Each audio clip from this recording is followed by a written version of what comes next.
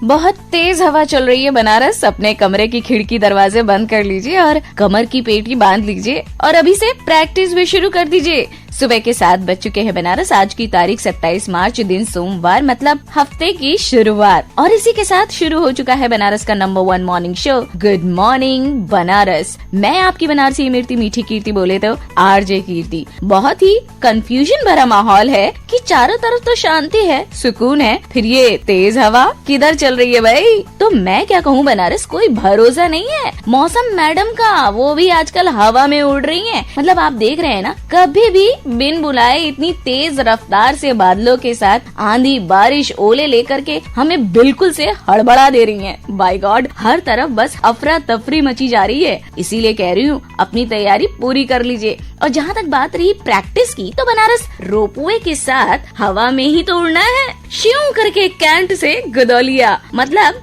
इसे कहते हैं बिना हवाई जहाज के हवाई यात्रा। बनारस, मुझे तो अभी से ही ना पेट में गुदगुदी हो रही है, क्या होगा वो नजारा। फिलहाल इमेजिनेशन के आसमान से सच्चाई के धरातल पर आ जाइए, आंखें खोलिए और बाहर देखिए क्या नजारा है। आज नवरात्रि के दिन षष्ठी को चारों तरफ माँ कात्यायनी का जयकारा है। माँ कात्यायनी जिनकी आराधना से अर्थ, धर्म, काम और मोक्ष चारों फलों की प्राप्ति होती है। रोग, शोक, संताप और भय नष्ट हो जाते हैं। जन्मों के सारे पाप भी नष्ट हो जाते हैं। माँ कात्यायनी की उपासना करने से परम पद की प्राप्ति होती है। आप भी अपने दिन की शुभ शुरुआत कर लीजिए माता के आशीर्वाद के साथ, परम सुख की प्राप्ति कीजिए। मैं हूँ बनारसी इमरती, आपकी RJ Kirti. Good morning Banaras. Mohar भाई, दिन चढ़ गया और साथ में गर्मी का पारा भी। Hey Banaras, very very congratulations, बहुत बहुत बधाई। मैं आरजे कीर्ति विद बनारस का number 1 morning show, good morning Banaras, only on world's number 1 FM channel, आपकी अपनी वाणी आकाशवाणी। कांग्रेचुलेशंस, बधाई, शुभकामनाओं के लिए कई रीजन है और इसकी शुरुआत करते हैं देश, दुनिया और बनारस की खास खबरों के साथ में। तो सबसे पहले बधाई बनारस आप सभी को। प्रधानमंत्री जी के शुभ कर कमलों द्वारा हमारे बनारस में एक और विजय का परचम लहरा गया है, with grand opening of ropeway service, जिससे कि हमारे शहर का जो सर है ना, वो गर्व से और ऊंचा हो गया है, क्योंकि देश का पहला और दुनिया का तीसरा शहर अपना बनारस होगा जहां पब्लिक ट्रांसपोर्ट के लिए रोपवे का इस्तेमाल होगा। बाबा विश्वनाथ को समर्पित इस रोपवे पर आपकी यात्रा मंगलमय हो, बाबा का आशीर्वाद यूं ही बना रहे। चलिए आगे बढ़ते हैं और आपको बताते हैं कि कोविड वैक्सीन की तरह अब एंटी टीबी ड्रग मैन्युफैक्चरिंग का हब हमारा भारत देश बनेगा। वाराणसी में पहली बार आयोजित 3 दिवसीय वन वर्ल्ड टीबी समिट के समापन समारोह में केंद्रीय स्वास्थ्य राज्य मंत्री डॉक्टर भारती प्रवीर पवार जी ने इस बात का ऐलान किया। वैक्सीन बनाने के बाद दुनिया में जरूरतमंद देशों की मदद की जाएगी और कम कीमत पर दवा और वैक्सीन मुहैया भी कराने का काम किया जाएगा। तो देखा ना बनारस, ये हुई ना एक और बहुत बहुत बधाई वाली बात। और अब कंग्रेचुलेशंस WPL यानी कि विमेंस प्रीमियर लीग की महिला खिलाड़ियों के साथ इस लीग की winner Mumbai Indians women team को, जिसने WPL के पहले सीजन का खिताब अपने नाम कर लिया है। उधर महिला विश्व बॉक्सिंग चैंपियनशिप में भारत की बेटियों ने कमाल कर दिया है, 4 गोल्ड मेडल्स अपने नाम कर लिया है। नीतू घड़गश, स्वीटी बुरी, निकत जरीन और लवलीना बोरगोहेन, हमारी 4 महिला पहलवान प्रूव्ड एंड शोड दैट कि एक्चुअली लड़कियां भी होती हैं घर की आन बान और शान।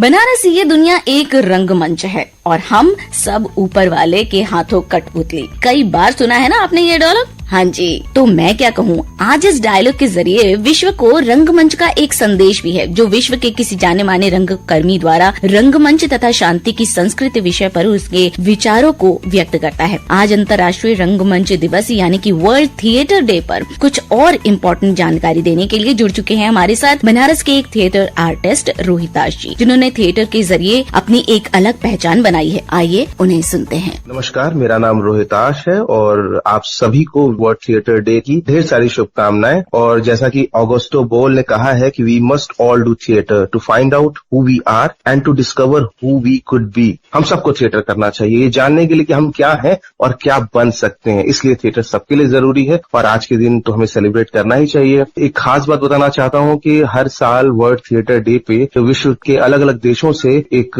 एमिनेंट थिएटर पर्सनालिटी को ये मौका मिलता है कि वो एक मैसेज दें पूरी दुनिया को, थिएटर करने वालों को और जो लोग थिएटर सुनते हैं, देखते हैं, नहीं भी देखते हैं, उनके लिए एक मैसेज दें। और ऐसी एक अपॉर्चुनिटी इंडिया के स्वर्गीय गिरीश कर्नाड जी को भी मिली थी और इस बार ये जो अपॉर्चुनिटी है वो इजिप्ट की एक बहुत ही फेमस थेस्पियन है सामिया जी, उनको ये मिला है, जिसमें उन्होंने कुछ खास बातें कही हैं। जो लोग थिएटर करते हैं वो जब थिएटर करने जाएं तो अपनी सभी समस्याओं को बाहर छोड़ करके आएं और पूरा फोकस उस आर्ट पे दें। और ऐसा कहा जाता है कि theatre is the father of all arts. वो इसलिए क्योंकि सारी की सारी कलाएं उसके अंदर आती हैं। लाइटिंग हो गई, एक्टिंग हो गई, बॉडी लैंग्वेज हो गया, वॉइस मॉड्यूलेशन हो गया, सब कुछ उसके अंदर आता है। तो ये एक बहुत ही बेहतरीन चीज है। मैं आज अपने जीवन में जो कुछ भी हूँ उसका काफी श्रेय थिएटर को जाता है, क्योंकि थिएटर ने मुझे बोलना सिखाया, थिएटर ने मुझे खड़े होना सिखाया, थिएटर ने मुझे 100 लोगों या हजारों लोगों के बीच बोलना सिखाया। देखिए, थिएटर में भी संगीत की जरूरत पड़ती है और मेरा संगीत का पक्ष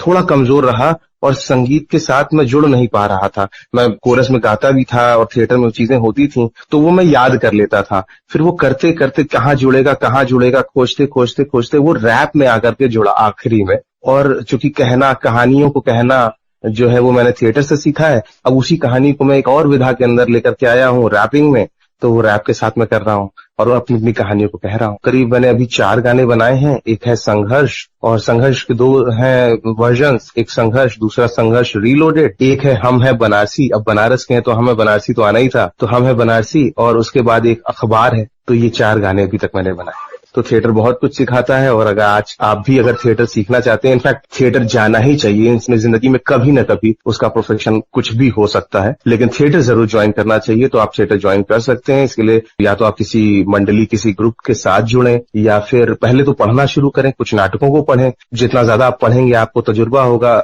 अनुभव होगा, आप महसूस कर पाएंगे। फिर थिएटर को देखें, कुछ वर्कशॉप्स होती हैं, कार्यशालाएं होती हैं, वो सब ज्वाइन कर सकते हैं। बनारस में राष्ट्रीय नाट्य विद्यालय की एक शाखा भी है जहां पर आप बाकायदा कोर्स कर सकते हैं और एक वर्कशॉप्स होती हैं, नजदीकी कंडक्ट करता है। उन वर्कशॉप्स को गर्मियों में होती हैं 1 महीने की, वो भी ज्वाइन कर सकते हैं। तो कुल मिलाकर के थिएटर जरूर करना चाहिए और थिएटर एक्सप्लोर करने का मौका देता है आपको, आर्ट को खुद ब खुद और खुद को भी एक्सप्लोर करने का मौका देता है। आप सभी को एक बार फिर से ढेर सारी शुभकामनाएं वर्ल्ड थिएटर डे की। धन्यवाद। थैंक यू सो मच रोहिता जी इस बहुमूल्य जानकारी के लिए। बनारस इतनी महत्वपूर्ण बातें और जानकारियों का सिलसिला जब शुरू हो ही चुका है, तो चलिए अब आज के विशेष दिन हिस्ट्री में घटित कुछ स्पेशल इवेंट्स को भी जान लेते हैं। तो बनारस आज का वो ऐतिहासिक दिन था, यानी कि 27 मार्च, जब साल 2003 में मोंटे कार्लो में 12वीं अंबर शतरंज प्रतियोगिता के फाइनल राउंड में 1.5 की जीत से विश्वनाथन आनंद ने तीसरा खिताब जीता था। और हाँ, इसी साल रशिया ने टोपोल RS-12F नाम की जो बैलिस्टिक मिसाइल होती है उसका परीक्षण किया था। ईयर 1841 में पहले स्टीम फायर इंजन का सफल परीक्षण न्यूयॉर्क में किया गया था और साल 2008 में अंतरिक्ष यान एंडेवर पृथ्वी पर सफलतापूर्वक सुरक्षित लौटा था।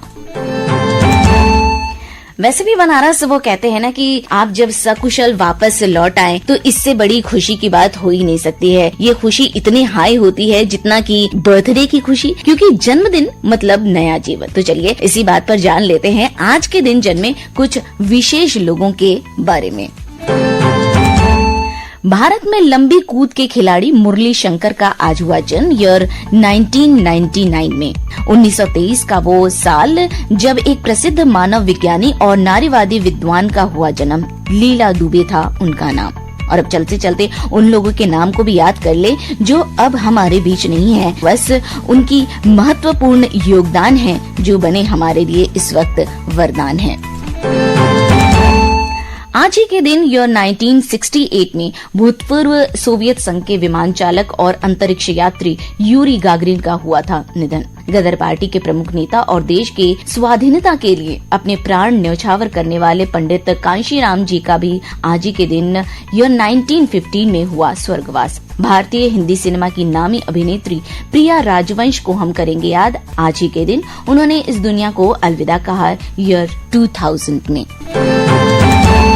और अब बनारस बहुत सारी बातें हैं करने के लिए, लेकिन घड़ी की सुइयां भी मुझे आपसे विदा लेने का इशारा कर रही हैं। अपने हौसले की उड़ान को संघर्षों के आसमान में बनाए रखिए। वो दिन दूर नहीं जब आपको आपकी मंजिल की जो ऊंचाई है ना वो मिल जाएगी। तो आपको ढेर सारी बधाई और साथ ही साथ आपको ढेर सारी बेस्ट विशेस भी। क्या है ना कि ये ढेर सारी बेस्ट विशेस आपको अपने साथ में रखनी ही नहीं है, बल्कि आपको अपनी जिंदगी में उतारनी भी अपनी ढेर सारी मेहनत के साथ, क्योंकि हम सोचते हैं कि आज जो काम है वो हम कल कर लेंगे या नहीं तो परसों कर लेंगे, और इस कल और परसों की होड़ में जो है देर हो जाती है। और जब वो देर हो जाती है तो काम हमारा पीछे छूट जाता है, और जब पीछे छूटा हुआ काम हम सोचते हैं कि आगे कर लेंगे तो वो इतना लेंदी हो जाता है कि हमारे लिए उसे पूरा कर पाना बहुत ही मुश्किल हो जाता है। तो ये मुश्किल आपकी लाइफ में हर दिन रोज ना हो, इसलिए अपने काम को थोड़ा थोड़ा अंजाम देते रहें, ताकि आपके लिए